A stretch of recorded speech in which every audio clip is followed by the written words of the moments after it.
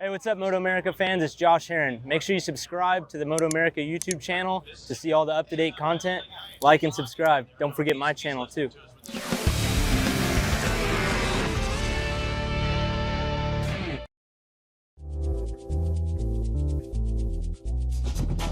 What we do here at Arai Helmets is actually, in racing services, is a piece that we use for our research and development. There's not many places where we can actually use video to confirm how a rider crashes. We can't use video on a street to see how a cheek pad works.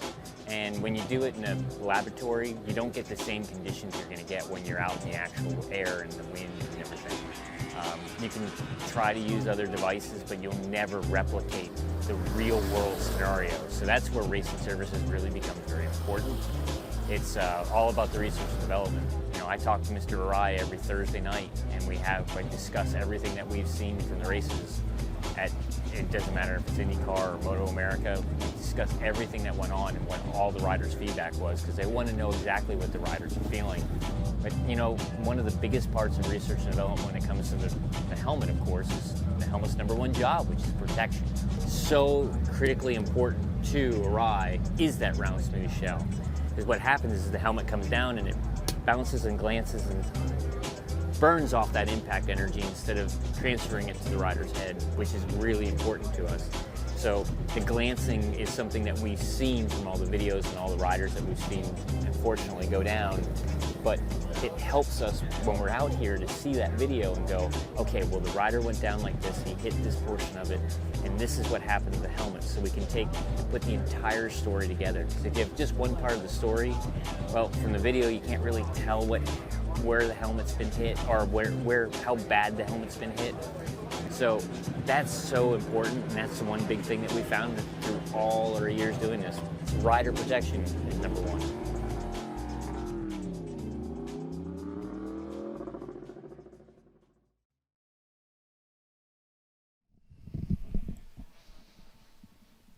As you look at the track here at Virginia International Raceway, welcome to MotoAmerica Live Plus. Here for our first race of the day, going to kick off here in just a moment. The Stock 1000s get to hit the course for the first time. You see an empty pit lane. That does not mean the paddock is empty. That does not mean the parking lot is empty, because fans are starting to roll in to see 5 races today. Starting off with the Stock 1000s, followed by the Twins Cup, the Super Sport, the SportBikeTrackGear.com Juniors. There's been Supermoto this weekend over near that side of the track. Nice condo area. A lot of places, a lot of vantage points from this facility. You can see people bring their motorhomes. You can bring a tent. Roger, which would you? You're a motorhome guy. You'd rather do that than sit up there in those condos. Yeah, probably a motorhome. With a couple of easy ups. A couple fans.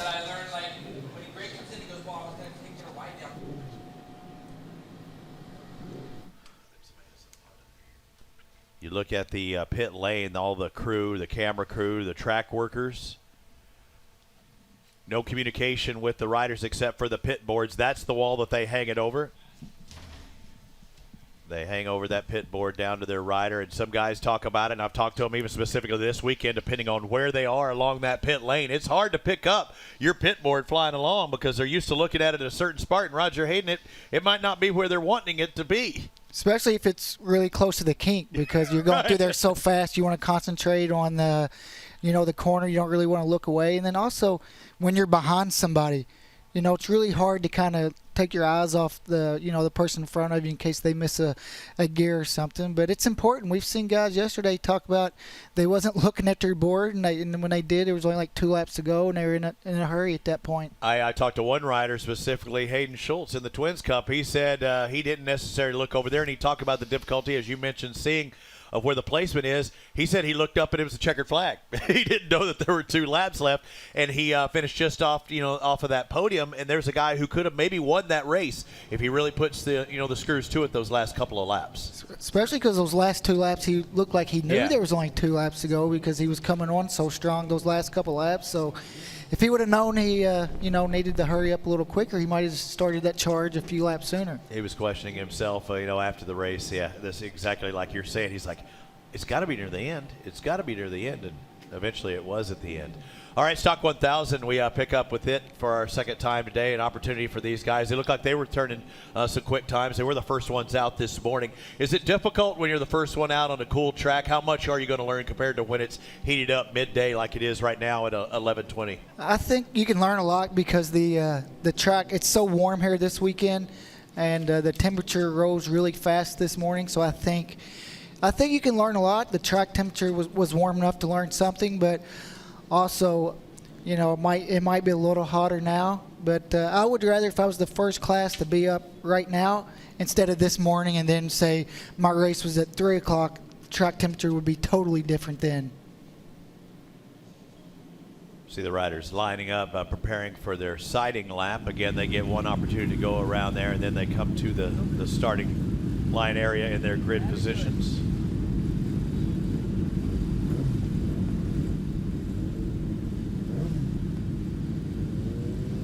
Hey, look at that. Is that Ashton Yates? He made it. He made it on time. Yeah, and we say that, but we can kid. He can't kid. Yesterday, he missed his, this time right now, he didn't make it. And they eventually shut that gate behind you, and you have to start in a different position. Evidently, Dad Aaron got on him a little bit yesterday. They weren't risking it today. It looks like he was the first one there. Also, it looks like I've seen Danilo Lewis out there too, so he missed yesterday's race, so it's good to see him back out there. Well, let's take a look at yesterday's race. Speaking of, when it comes to the Stock 1000, we've seen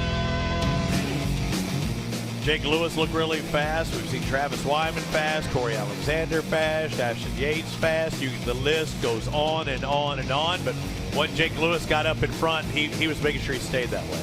Yeah, it looks like as soon as he got out front, he put his head down and put a little bit of a gap. And Corey was trying to stay there, who was so strong those first couple laps. It just looked like Jake was a little stronger toward the end and kind of got through that traffic pretty well. He was the top qualifier. Alexander was second qualifier. Jeff May on down. But Jake Lewis, when he caught up to that traffic, he also was trying to shoot by as fast as he could and hope that kind of stacked him up behind him. Let's take a look at the standings coming into this round.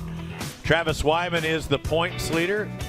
I know they had a change yesterday with his finishing order, so I might have to get with you on that. Jake Lewis 1 point behind because I think they might have docked Travis Wyman after all said and done a couple of positions, and that would drop him back in points. So Jake Lewis may actually be the points leader as it stands right now. Yeah, he is the points leader now. Speaking of Jake Lewis, and we also have Jason Wygant. I'd like to bring him back into the program. Jason, good to be back.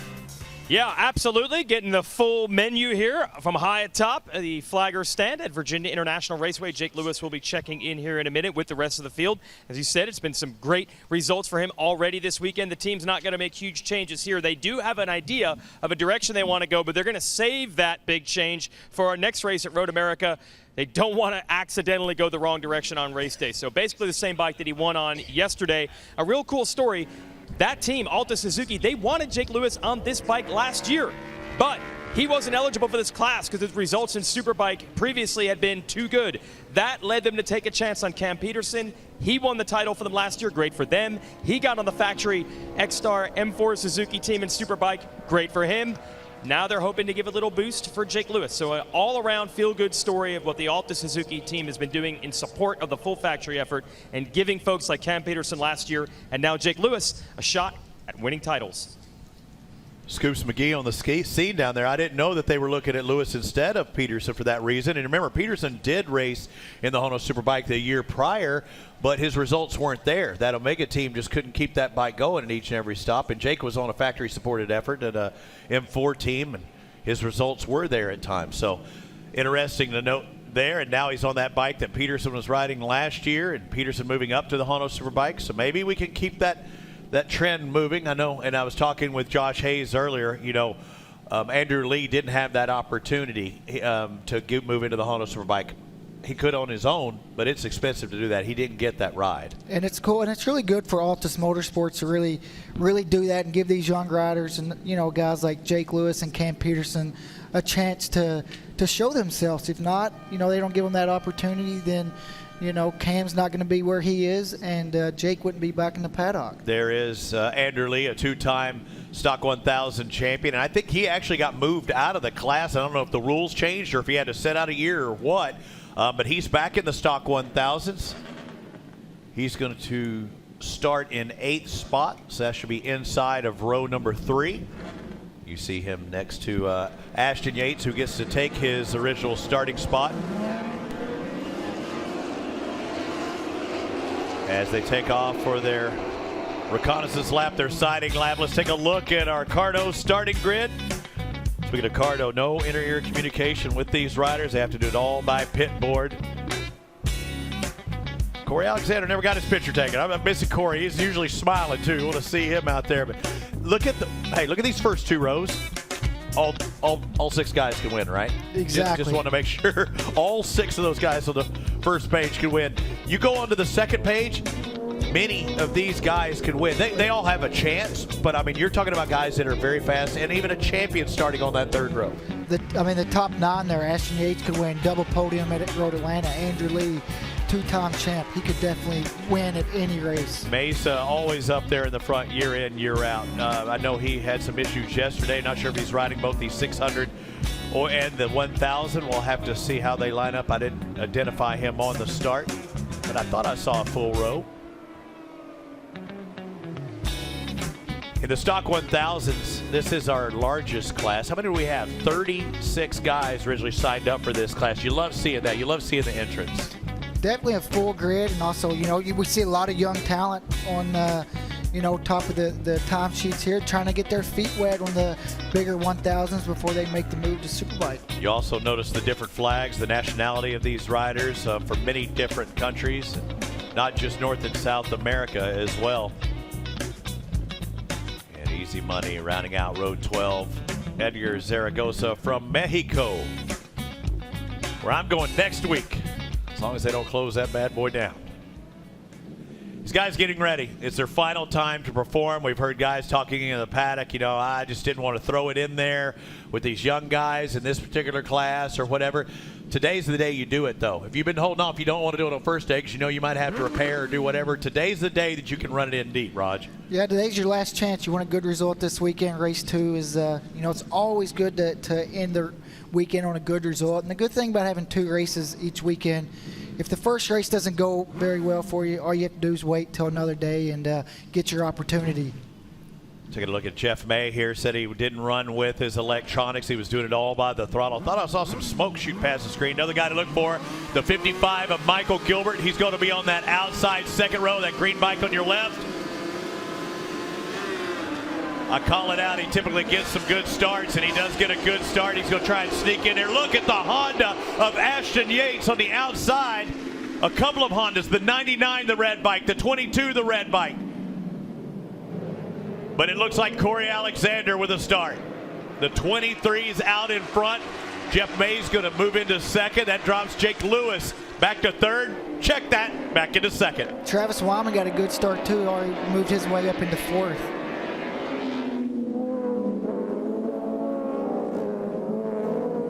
Great camera shot showing you the angle that these guys lean the bike over, the speed that they have cruising around this track. Hard braking zones into the right-hander. Now Jeff May wants to get back in front, knocking on the door. This is a cambered turn where they can kind of use that asphalt, as you mentioned, Roger. And now we work into the twisty, turny sections up at top. It almost looks like the exact same stories yesterday. Corey with the good start, pulling away trying to make a gap the first lap. I know that's something that he's really been working on, this last year, is really getting up to speed a lot quicker the first couple laps of the race. He's trying to do it right there. Just that back end was trying to step out on him a little bit. He is trying to apply all of that 1,000 cc's of the Kawasaki to that tarmac. There's Ashton Yates. We talked about his start. Started in 7th. It looks like he's going to be right around 6th or 7th. The tough thing about getting a good drive and you're on the outside, there's a lot of guys that can dive underneath you, Roger. Not only that, it just kind of puts you in the wrong spot for guys to, like you said, get under you, and or somebody gets in a little bit deep, they could get into, just like Jake Lewis there, got a little bit deep into middle of turn 1 and allowed Jeff May to make a pass, and you can see Jake wanted to try to go again in 3, but just didn't have the room. Jeff May Racing, visionwheel.com. He wants to race the whole series. He needs some help. Vision Wheel on board. You see him on the off-road trucks. I covered torque racing for several years. And you see a lot of Vision Wheels. Asked if they make motorcycle wheels. Said no. I mean, that probably means not yet. I guess, you know, they could. Lewis back there in third on the Altus Motorsports Suzuki. You see Michael Gilbert racing the 55, sticking to the picture, but that everybody's going after that Honda's HVMC Racing Kawasaki of Corey Alexander, the 23. A winner in this class last year, looking for his first win this year.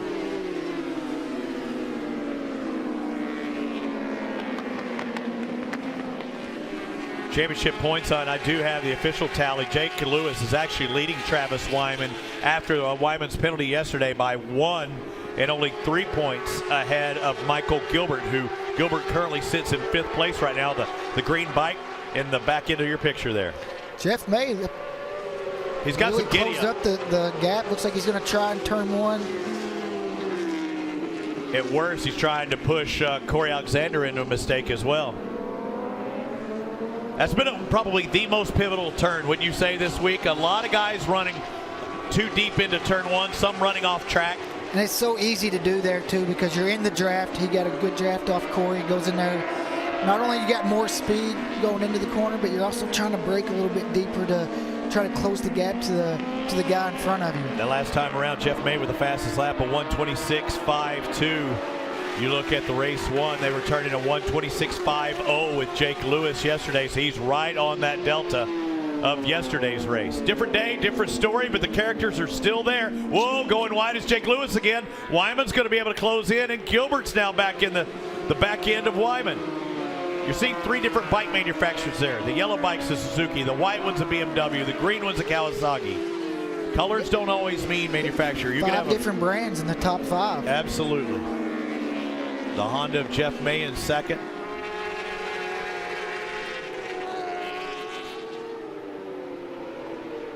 So Jason Wygant talked about the change with Travis Wyman. I heard him mentioning that. A lot of these guys are looking for a little something from yesterday. You're always trying to get that bike just a little bit faster. We know that Honda has a lot of speed. Look at him closing in here. Once again, Jeff May, the 99 goes underneath. Just looks like he just can't get there. He's so close, but he just can't make it, you know, can't make it right there at the end where he can just let off the brakes and make the pass. But you could see Corey got into turn 1 really well because he ran just a little bit wide. Corey's got a good flamethrower to go in there. You see that several times, the way that the motor, the engine, the electronics are set up. He's shooting some flames out the back of that bad boy. And again, going into turn 1, you also don't want to be directly behind the rider in front of you because you don't want to get sucked in. He's creating a draft. You've talked about that many times. That's why you'll see May kind of step out to the side. Let's go down to Jason Wygant. Well, this is really a tale of 2 racers and motorcycles here, right? So we know that Jeff May has been saying he's riding without electronics. Meanwhile, Corey Alexander, that is the true focus on that new 2021 Kawasaki. The main thing they've been working on all weekend is trying to reduce the wheelie coming out of the corners. You saw one there, but especially the final corner that links to the front straight. A lot can be gained and lost there, and that's what they've been working on all weekend. Thanks, Jason. You're right. And in that particular track, sometimes those guys like to wheelie over those rumble strips. Some of these guys we've seen this week don't even want to negotiate those rumble strips. Something you have to deal with, especially in a car track like this. This time, I think May might be a little bit more underneath and a little faster. I've been told it's an optical illusion, but my eyes do not deceive me. Jeff May has taken the lead on an inside pass into turn 1. And Jake Lewis now with the fastest lap of the race. That's a race record as well. And you can see he's kind of coming back into that picture there with the top 3. He can watch all this go down for a while, right? And we're only on lap number 5. He's there now. Yeah, lap 5 of 14. Don't do anything crazy. See what he can go to school. It'd be better if it was just 1 rider, but even with 2. I mean, at the stripe, he was 6/10 back, and now you can tell he's already closed that up. And even when it comes to those straightaways, those guys run side by side. He's going to get pulled in those drafts and a little bit nothing. I don't know if we see it like we would in the junior bikes, but you could get that double draft as well coming down the front. Jake takes a wider line through there. He's okay with it, it seems. Maybe outbreaks himself a little bit, or maybe turns in a little bit early. Let's take a look at this pass for the lead again. It was all set up by that exit out of that final turn. Roger, you talked about how important it is to get that drive. It is, coming out of turn 17, just getting that drive. We talk about, they just mentioned how Corey was been working on getting his drive out of there, and looks like Jeff May just had a little bit better drive. But without electronics also puts into play possibly using up those Dunlop tires. The Dunlop tire, it's a great brand, it's a great tire, but sometimes you can put a little bit too much. There you go, P2, and you got no kind of advantage because you have Jake Lewis right behind you. There goes Corey. Corey with a little leg dangle there for ballast, and he takes over position. Oftentimes you'll see riders go wide, but he was able to make it. He knew once he slowed down, if he tugged that inside line, it would make Jeff now have to switch up his idea. It's getting fun. We saw passes in this sector yesterday. And also you can see Michael Gilbert in fourth starting to kind of close up a little bit. That last lap, he was a half a second quicker than the guys in front of him, and talking to him this morning, just realized he was just needing to find a couple tenths a lap. If he could do that today, he felt like he could run with the leaders. That's something we saw from him in Atlanta. We've seen him up in the front time and time again the past few years, battling with Andrew Lee, battling with Corey Alexander, Stefano Mesa. The answer to my question earlier, was Mesa going to make the start line, and he is not out there. He's going to focus on the Super Sport race later on today. But there's the 55 of Michael Gilbert. Does a lot of time with Jason Pridmore in his riding school. He's constantly on the bike, and not only in the racing side of things and the application of the throttle, but the mental side of things. It's good to have a riding coach. It's always good to have a coach just to kind of, the days that you're down and just kind of bring you up. And also he gets to go out there and watch and use that experience when you have questions in certain areas. If you have a rider coach that's got a lot of experience, he can give you a lot of suggestions on what to do. May goes to the inside once again, and here's the case. Corey's going to try and go underneath, but it's kind of like a block pass in motocross. You hold that position, now make Corey go the long way around you. Corey didn't want to do that. You saw the immediacy out of Jake Lewis. He kind of felt Gilbert starting to claw his way back. He's looking around. I think Corey wants to lead this race and set the pace, because when he's in front, the race pace is a couple tenths quicker than when somebody else is in the lead.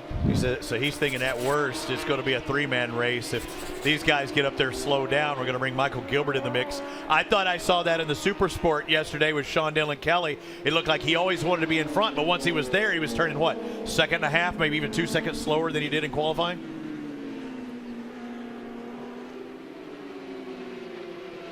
We're about halfway through this race. 8 laps to go. Making about 7.5 laps to go. Corey Alexander, the 23. The Hunnels Ride HVAC. Kawasaki. That's Hudson Valley Motorsports. The Vision Wheel Honda in second of Jeff May, the 99. Just behind him, the winner and top qualifier, Jake Lewis of the Altus Motorsports Suzuki. The Michael Gilbert Racing Kawasaki back and forth.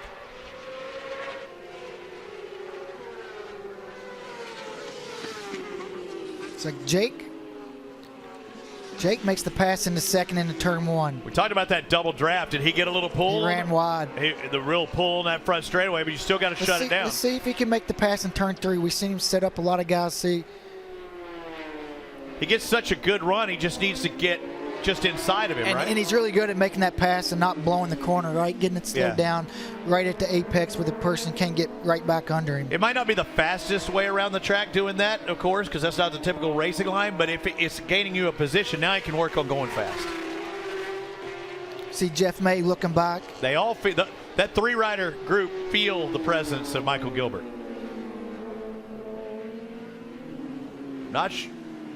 I think Gilbert's pushing hard, though. I just don't think he has quite the pace. But again, it might come back to him. But the 55 still charging hard. His best lap, a 26.9. That's 4 tenths slower and 5 tenths slower than Jeff May and Jake Lewis, respectively. But you stay a tenth here and there. These guys battle. They suck up. And then you can maybe find something, learn something. The last lap, he was a second behind the leader, so we can see this time around the start-finish line if he's starting to make some inroad. There's Travis Wyman. He's dropped off the lead group. And we talk about the penalty for him. Again, everything I say is officially unofficial. That's not my job. But we heard word that he was penalized for passing under a waving yellow flag, and they docked him a couple of positions. So unfortunate for him that the officials took that position out of his hands. Speaking of that last lap, I was talking about how Michael Gilbert was a second back. Now this lap he's only 6/10. Danilo Lewis, I didn't get to see that crash yesterday, but you saw him crash yesterday. You told me it was pretty big. Jason, you have more on Danilo? Yeah, it was big. It was so big they could not get the bike fixed in time for the Stock 1000 race yesterday. They kept wrenching on it, and eventually he was able to grid and race in the Superbike Cup, where they race at the same time as Superbikes, but that was about 2 hours later. So they got the bike figured out now, and I said, how's the rider? And they kind of gave me the, he's okay. So he's banged up, not 100%, but good enough, obviously, to ride very well. Hey, those Brazilians are tough. You say bom dia and make your way through the pits. That's like good day to them. But yeah, he's tough. Good dude. Solid performances last year. We saw him on the podium. Indianapolis. In Indianapolis, and nobody in the pits were, everybody was happy for Danilo Lewis. Now you're seeing Andrew Lee for the first time, the two-time Stock 1000 champion. He's currently in 7th place. Ashton Yates just behind him in the Jones Honda.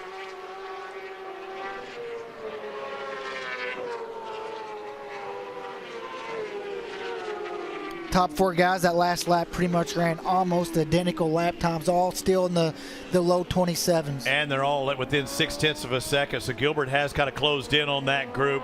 Jason, you have more on Michael Gilbert back there in 4th?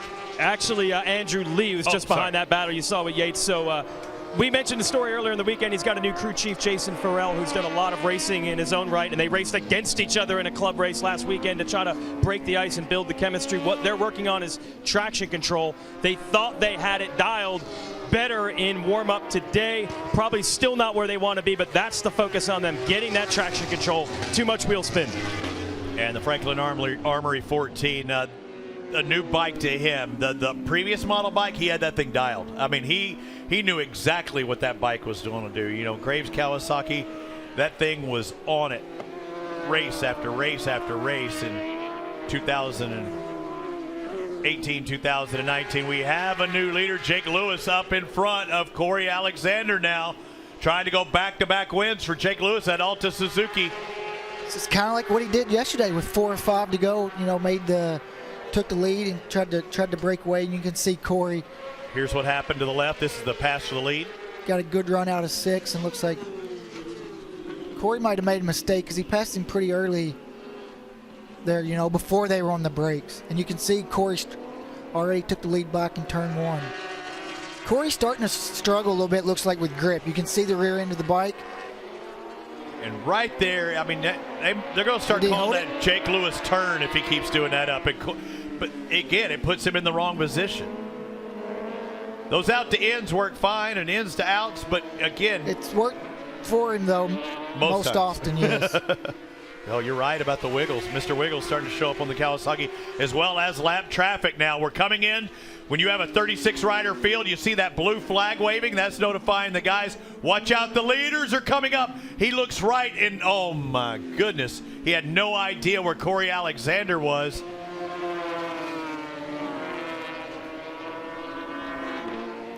And Michael Gilbert, he's closed right up on to Jeff May now. That was the 518 Erasmo Pinillo. Looked to the right, and he had a racer to his left. And that could have got ugly really fast. Where there's one, there's going to be more, and there's 4 laps to go, or less than 4 laps. You see another lap rider in front. You see Gilbert knocking on the door of podium position. How much tire does Jeff May have left on that Honda? Because that seems to have been it. When the traction control issues, he's got to manage that tire a little bit more. Gilbert is on him. Corey Alexander to the inside. Corey going to take kept the lead. Yep. You can see how Corey goes into turn 1 now, not all the way on the outside of the track, kind of in the middle of the track, making making it a lot harder for Jake to pass. It's going to be almost impossible for him to ride around the outside of him there. Gibby now into 3rd spot. He's able to get by Jeff May, and it's not easy stopping in turn one or slowing down that hard. So if you're on the inside, you still need to hold that tight inside. If not, you're going to blow wide. Somebody's going to duck underneath you. Now you see the lap traffic. It's a wall in front of him. And you can see the blue flags, too, are out for these riders in front of them. And it's not like motocross. They do wave them out there. It looks like they're being more cognizant of it today. One rider pulls over, the other one doesn't, and you can see how it affects. But you can see the difference in speed between these riders. Now the rider knows. He pulls out of that racing line.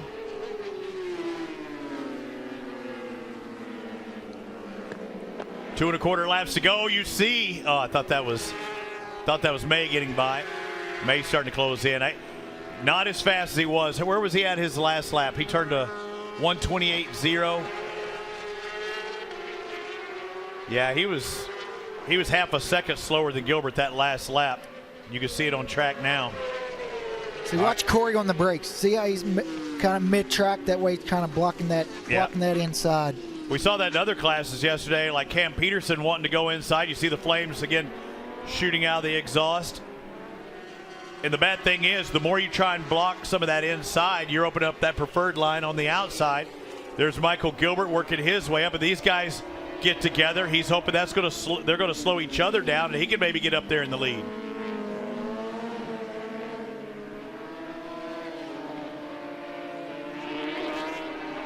We know where Jake's probably going to try and make a pass the next time around, don't we? But I think he has to know now Corey's got to expect it. You know, he's probably watched the race from yesterday, seen where Jake made those passes on, a lot of guys in that same corner.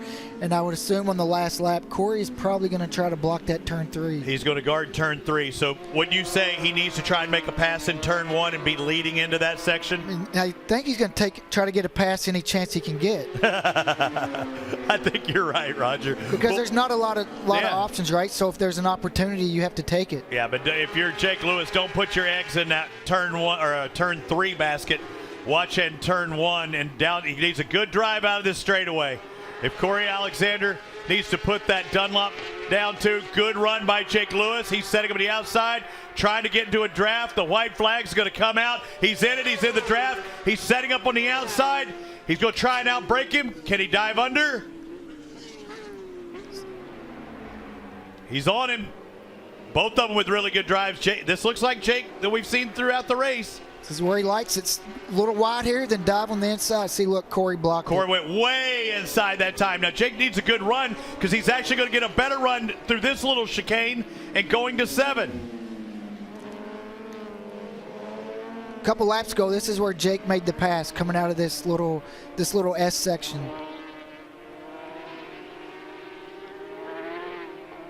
It's going to be a hard right-hand turn coming up next.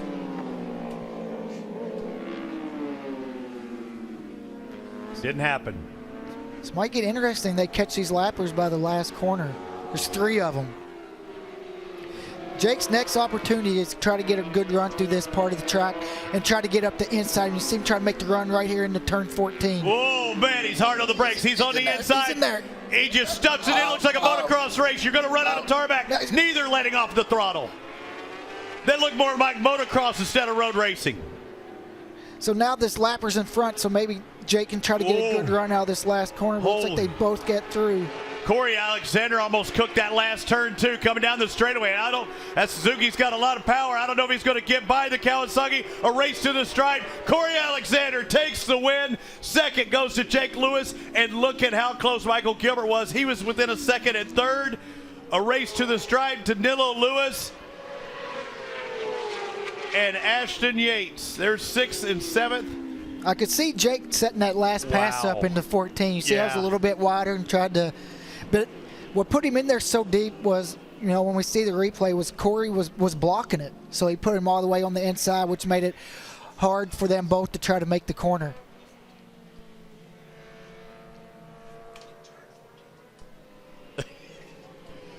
Look at them talking to each other, shaking their head. Both of these guys, do some training on the dirt. It looked more like a dirt race than a road race for a while. And eventually, in that particular instance, Corey Alexander was on the outside looking into that one right-hander. I thought he was going to run off track, and he did not want to let off the throttle. And that was an aggressive pass, but I think if Jake wanted to be, you know, kind of a dirty rider. He could have, you know, maybe bumped him off track, but you know, that's not the way you want to win a race. You made an aggressive pass, and that was they both. You could tell they both wanted it. Neither one of them wanted to give up that spot. They were on the edge of the track and still, you know, trying to fight for position. They're on the edge of the track. I'm on the edge of my seat. You're doing the same thing. You've been in that situation in both instances. The guy on the inside doing the stuff, and the guy on the outside. Nothing sweeter than being on the outside and doing that inside lean on somebody. But you're the one that could take the worst end of that deal. Hudson Valley Motorsports taking the win with the Honos rider, Corey Alexander. That's going to help him in the championship hunt. And that's another thing they have to look at is the championship. It's not one race is going to win you the championship. Not right now. But if they drop the bike, lose 20 to 25 points, then things change in a hurry. Taking a look at our results with Corey Alexander and the victory. 25 points will go to him. 0.04 seconds ahead of Jake Lewis. And Gilbert, he charged hard. He was able to get that podium, get by May at the end. But once again, we see Jeff May up in the front. Can't quite hold on, Ron. No, and Michael just charged the whole race and still looks like he's still kind of, you know, a couple tenths of lap that he was missing from the guys yesterday. Looks like he was missing it today. And what about Jeff May? Another top 5 for him. Yeah, very strong. Ashton Yates made the race and finished the race. Hunter Dunham as well. He went down yesterday, getting the top 10 today, just ahead of Wyatt Ferris. With that in for X-Star Suzuki. Peanut in 21st. Again, 36 riders signed up for this class. If you see the leaders having to work their way through lap traffic there towards the end. But Corey Alexander taking full advantage of the max points, 25 points. He was coming into this race 18 arrears of Jake Lewis. He's going to close it down to 13. Making up ground quick. Year didn't start out the way he wanted it to, but it's looking good now. And Corey wanted that one. You could just tell. They both did. And here's how it happened. What a run, especially in these waning moments. See how Jake gets a little bit wider than Corey, and then now he's already trying to set up the inside. Corey's blocking. He's expecting it, but look how far up the inside of the track they are. And look at the back end of Jake Lewis. When he made that last little left, the back end was wanting to come up. That's how hard. Now, right here, Corey is in a bad way. Right there, Jake could have, you know, been a little dirty, but Did you see it? When we watch that again, he looks over, he sets up just a little bit and gives him room. Gives him a little room, but he still was trying to make the pass, and then. And Corey stayed on it too, though, didn't he? He didn't want any part. And you can see how Jake stays to the outside. He's going to try to drive under him here, but he makes that little mistake there. That was one of those, I'll let you have it right here. I'll live to fight another day, and I might still get you at the stripe, and it was still only 0.04 of a second. Good job by Jake Lewis. When I saw it that time, I didn't see his head. You could see his head take a look and say, I'll give you 4 inches that your tire can work off of. But also, he wants to finish the race, too, because he's going for the title. He's leading the points. Sure. And, it's a good point stay for him. And he's in it, and he's still going to be that points leader. Jake Lewis will be. But Corey Alexander going to move up a little bit. We'll take a look at the points here in just a minute. That's just race number 1. Buddy, we have got another show for you today. We've got 4 more races this afternoon for the fans on site and the fans watching on MotoAmerica Live Plus. And live to fight another day for Jake Lewis. Congratulations, Corey Alexander. You're the winner here at VIR. Jason's caught up with him. And what a spectacular race it was to get that win. But maybe the extra little push to fend off Jake Lewis came because it is a birthday boy victory today for Corey Alexander. A spectacular run. You got to take us through that last lap battle with Jake.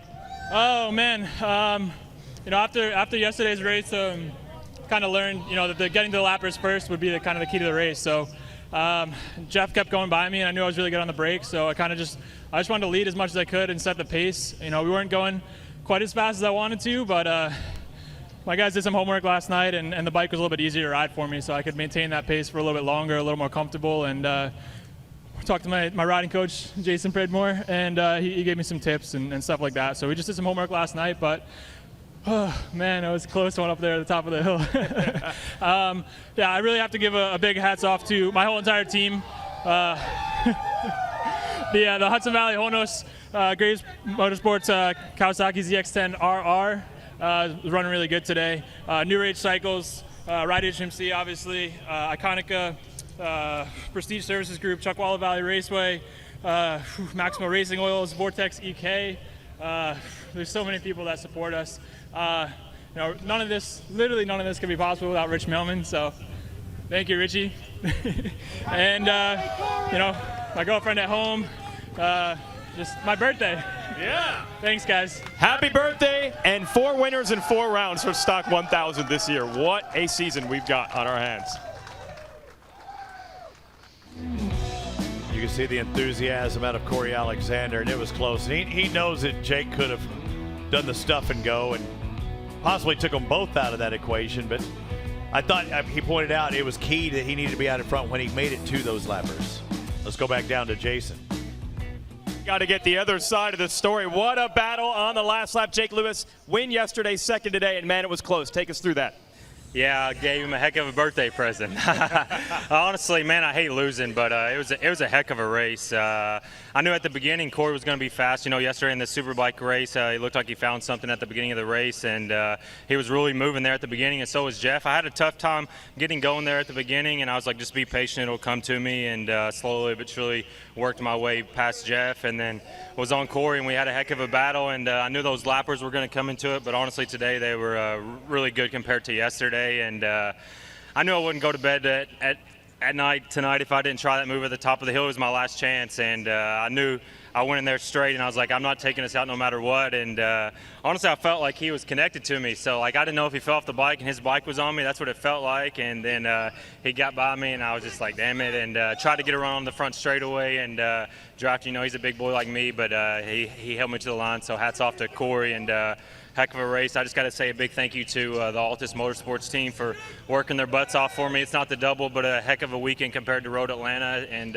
big thank you to Eric Gray, my crew chief, my mechanic Sean Victor, for giving me a heck of a weapon for the races, and Rye helmets, Cortec leathers, the whole M4 and Team Hammer bike for supporting us, and my mom's sister. And there's a heck of a crowd here today, so I hope we put on a good show for you guys. Oh, heck yeah, they put on a show. That was awesome. Good job for Jake Lewis. Solid weekend. No doubt he put on a good show, a great show they felt connected. He felt like he was connected. He was, Roger. He was connected to They that were bike. connected. And you could tell that's, he kind of looked over. I think he looked to see if Corey fell off. Maybe we'd see him up there when they were that close. Well, a hard charge there at the end pays off for a podium with Michael Gilbert, Jason. Absolutely, a hard charge late in the race to get up on the podium, definitely keeping himself in the points. Michael Gilbert, take us through. Late in the race, you were on the move. Yeah, that's right. The beginning of the race was a little bit slow. I got caught behind a rider, and I was just struggling to get by. I really felt like I'd be with these two boys up at the front. I got by Travis Wyman, got by Jeff May, and I really set my head down trying to get after these guys. And if I'm being completely honest, I thought we had 2 laps left and not 1. I see these guys start running into each other at the top of the hill. I'm like, man, I might have a shot at this thing. But hats off to these guys. These guys are riding great. I got to get up to my crew, Jason and Josh. Jason made a change this morning that really got me a little bit more comfortable, a little bit more consistent. Everyone back in my corner, all the hard work at Chuckwalla Valley Raceway, JP43 training, Jason Pridmore, it's all paying off. P&G Nutrition for keeping me hydrated today. And we're going to gather ourselves back up and try to do it again in the Superbike race. All right, making it entertaining. Stock 1000 every week. Michael Gilbert on the podium. Keeping it going, Gibby. Great job out there. Good to see him smiling and back up front like he deserves to be. As we take a look at the championship points, still single digits between the top 3 riders with Jake Lewis on top. But here comes Corey Alexander. He's back in the picture. You got top 5 there within 13 points, and even the top 6 right there all within 1 race.